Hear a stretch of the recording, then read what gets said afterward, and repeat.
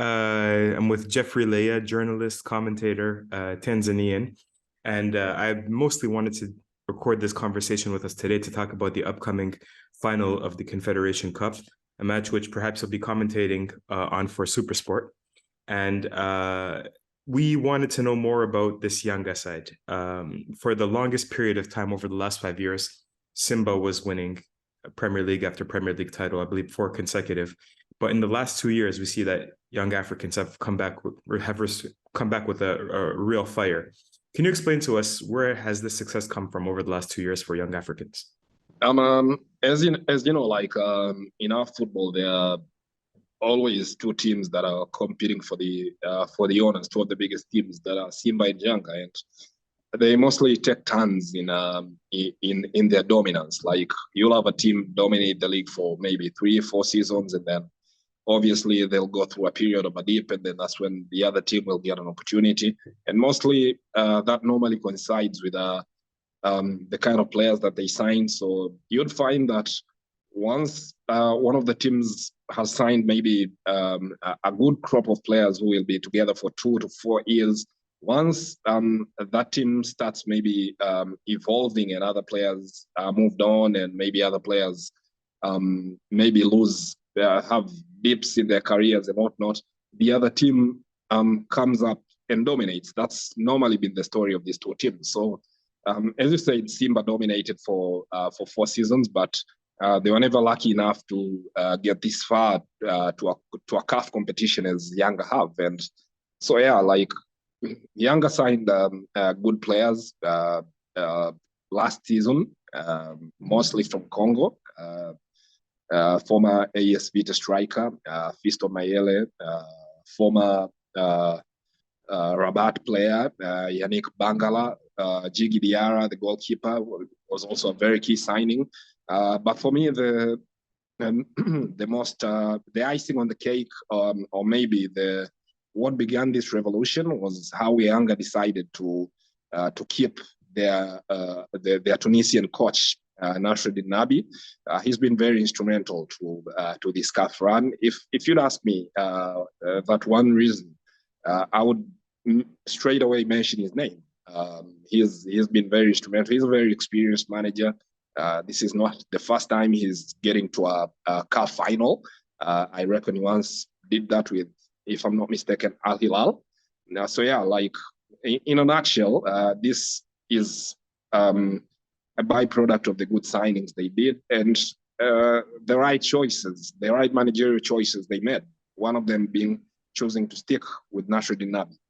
So let's talk about the coach and let's talk about these players that you mentioned. Nabi has overseen the last 2 Premier League titles that we spoke about. What's his style of coaching? Obviously, he's coached in Sudan, he's coached in Libya, I believe, he's coached in Tunisia, his homeland. What's his style? What makes him such a good coach? We'll start with Nabi and then we'll move on to the impressive players like Mayele. I think, first of all, Nabi, he must be a very good manager because mostly the players seem happy and the players seem always willing and ready to fight for him. One thing I can say about him is he's a very brave manager. He's never afraid to make big decisions, like choosing, going away, playing away in Tunisia, leaving a huge signing like Aziz Ki on the bench. For me, it takes huge marbles from a manager to pull that off, you know. And of course, he's always made the right adjustments, you know, like as you know, in football, it's always a case of small margins, and he's always filled those margins with the right adjustments in every game. Like you saw the approach Yanga used when they played away in Nigeria against Rivers United. They defended deep.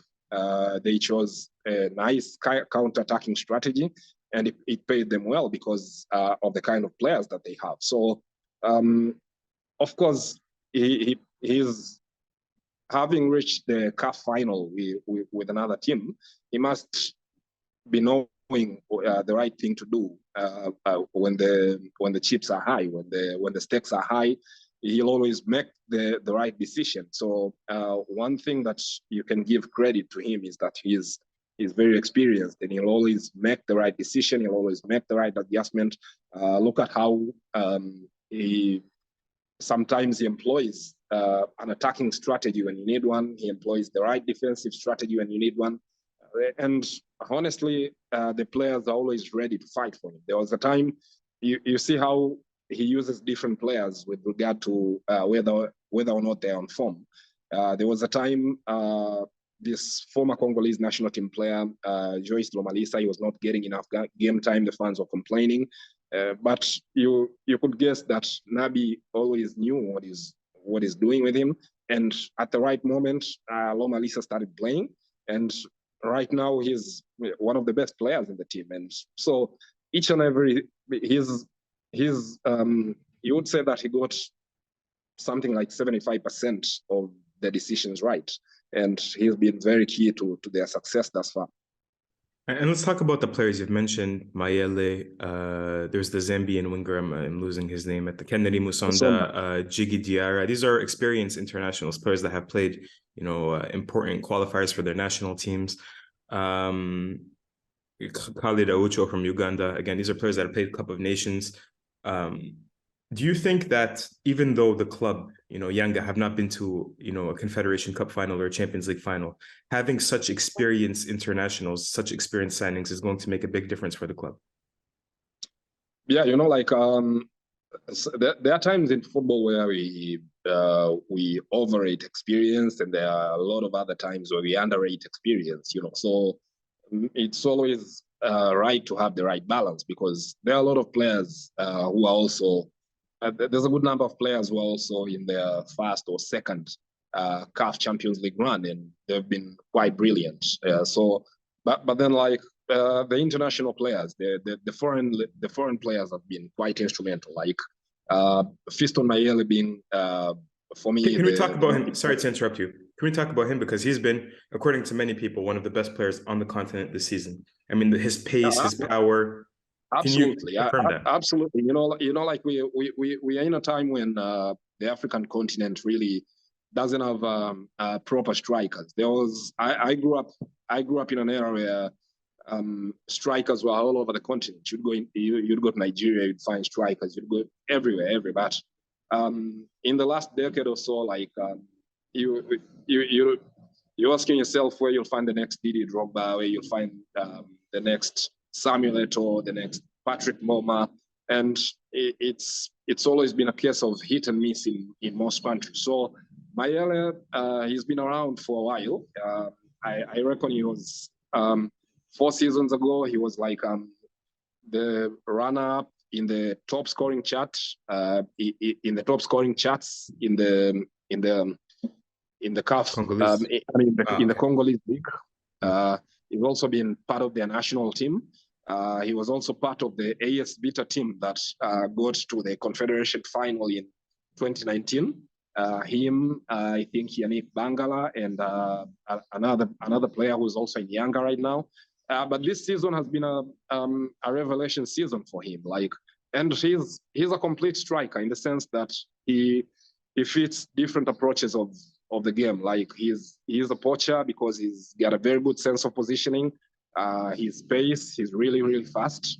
The away game against Marumo showed that. He showed a real showcase of pace.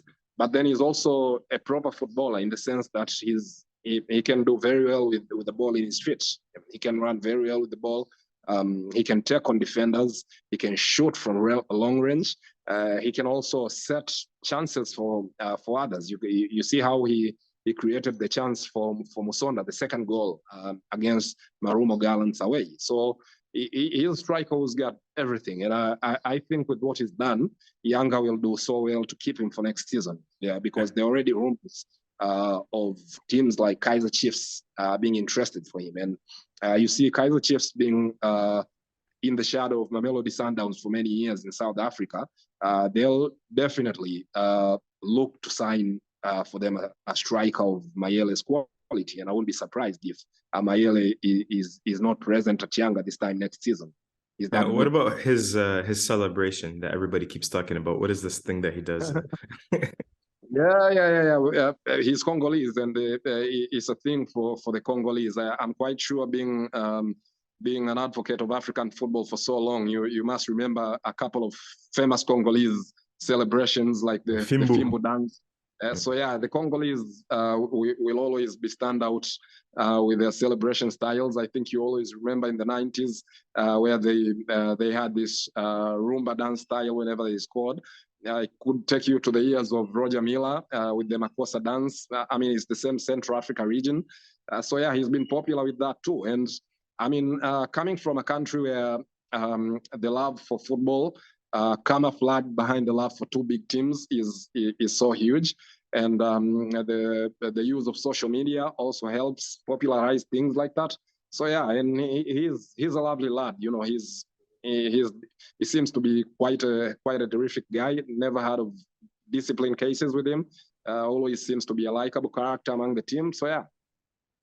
So let's talk about the fans, because when I've followed the Tanzanian league from a distance over the last 5 to 10 years, not very, very close, but every time I get a glimpse and I see the energy that's coming out of the stands, and I see even online the energy that the supporters have online, and it's clearly a country that loves football. How much of a factor do you anticipate the supporters being this Sunday at the Benjamin Mkapa Stadium? No, like I've always been I've always held this a bit controversial opinion, which has not really held me in the best of books with a lot of people in the nature of the kind of work I do. We all know that football is an emotional sport, and the fans will always be on your case when you have an opinion that they regard as a negative one. And I've always thought that Tanzanians don't exactly love football. They mostly love their two teams, which, depending on how you look at it, could be both a blessing and a curse with regards to the kind of footballing priorities we have. But you can see that one thing that's for sure is that people's love for football is definitely being influenced by the growth of the fan base behind these two big teams, especially on social media. So if other teams could pick on that and see how they can also create and maintain a fan base of similar stature like Simba and Yanga, our football as a whole, as an industry, will grow and will be in a position to have an honest opinion that actually Tanzanians love football. But so far, it's a bit of an unhealthy love for two teams, because these are the two teams that they have all the money, they attract all the big players, and sometimes the competition among them kind of swallows everything else football in this country. And there are times when that is not exactly a good thing. Like when a team has got to a final of a cup competition like Yanga have right now, yeah, it could be a good thing. And depending on how well prepared the team is, the support could come handy, even though I believe USM of Algiers will be a bit of a tougher opponent than the two previous opponents that Yanga have faced. And they will be clever not to feel complacent, because this is a different beast of an opponent. So in good moments, yes, the fan support could come handy, but depending on the opposition, sometimes the support from the fans could have little to no influence. It can be quick to turn in the outcome of match, because yeah, the same people. Because I'll tell you, when Yanga drew with Al Hilal here in Dar es Salaam in the CAF Champions League, 70% of the fans had turned on Nabi. They were like, this is a coach who doesn't have international pedigree. And mind you, he had come here on the back of taking Al Hilal to a final, the exact final where he's taking Yanga to right now. So and these are people whose emotions are worn on the sleeve, and depending on the outcome of the match, depending on what's happening in the club, depending on the different wins, because there are a lot of politics going on in these teams too. the fans could have very little or sometimes no influence to the outcome of the match. Okay, and I'm gonna finish it with this question. I keep seeing the headlines out of Tanzania. You know, first continental title. Everybody seems to be talking about that. First of all, can you feel the energy building up in Dar es Salaam? Can you feel is it going to be a sold out stadium? That's question 1A. And question 1B is, would the fact that they win this first continental title, Yanga, would it mean something for Tanzanian football in general? Would it add some kind of prestige to Tanzanian football in general? Would it be a confirmation of maybe the positive steps that the Tanzanian league has been taking over the last decade or so? You will hear a lot of stories about this mirroring or reflecting on the positive growth of Tanzanian football. But I would beg to differ with that, because we still have a lot of foreign players who carry these teams. I can assure you, and a lot of people will hate me for this, but it's the brutal honest, and I don't mind being brutally honest. If we had a case like what is happening in Egypt or Morocco or Algeria, whereby we only have maybe 3 foreign players, I can assure you our clubs wouldn't get this far, because we're still struggling when it comes to developing our own indigenous talents.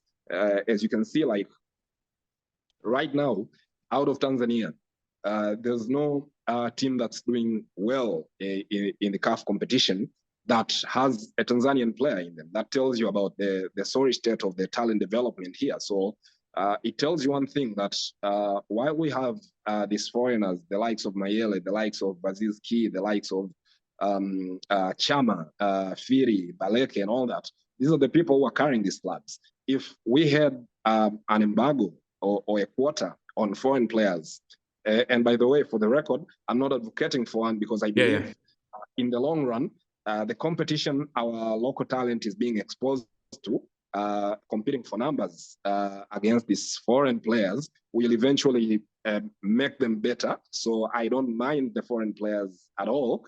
But all I'm saying is we need to be honest with what is happening. The bulk of these teams is the efforts of foreign players. Of course, there's quite a good number of local players. Like when Yanga faced Marumo Gallants, the entire back 4 was made up of Tanzanian players, from the right back to the left back to the 2 central defenders, which is a good thing.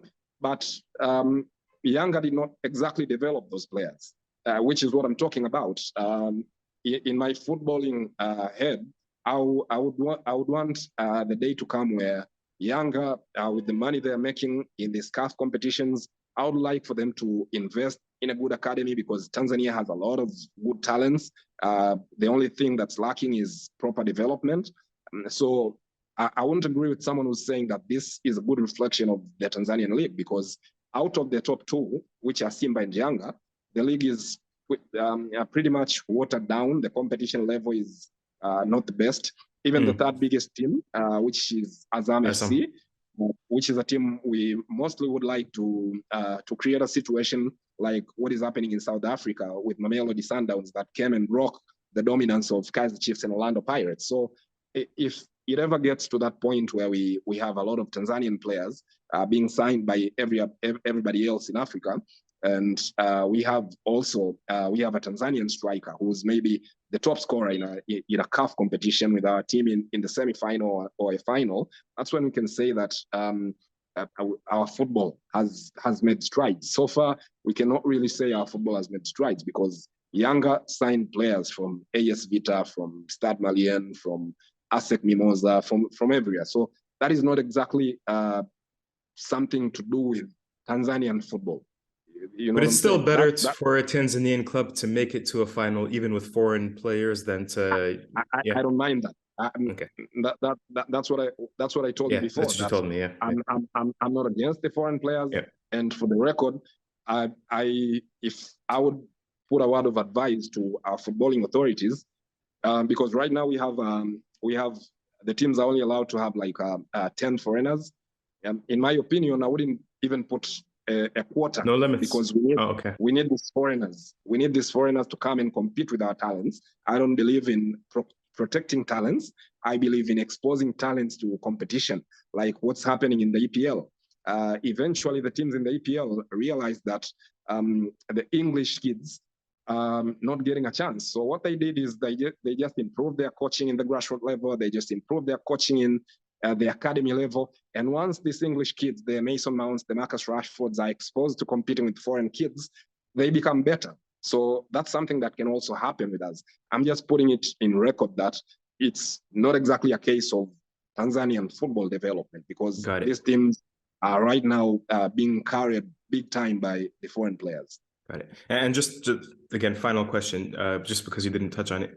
Can you feel the energy in the city? I don't know if you're in Dar at the moment, but can you feel it? Absolutely, absolutely. Like right now, you'll not hear, you'll not turn on the radio and listen to a sports show and not have 90% of them discussing about Yanga, discussing about what they've done this season, discussing about Mayele, discussing about Nabi, discussing about what the president did and whatnot, what their spokespeople are saying. So the energy is, you can cut it with a knife, if I'm to coin an English phrase.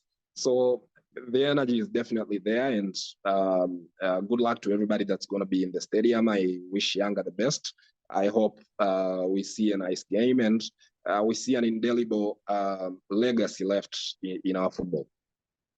Thank you, Jeff. With that, I think we're going to finish this interview. And yeah, very much looking forward to this first leg on Sunday, and then the second leg week after that. Most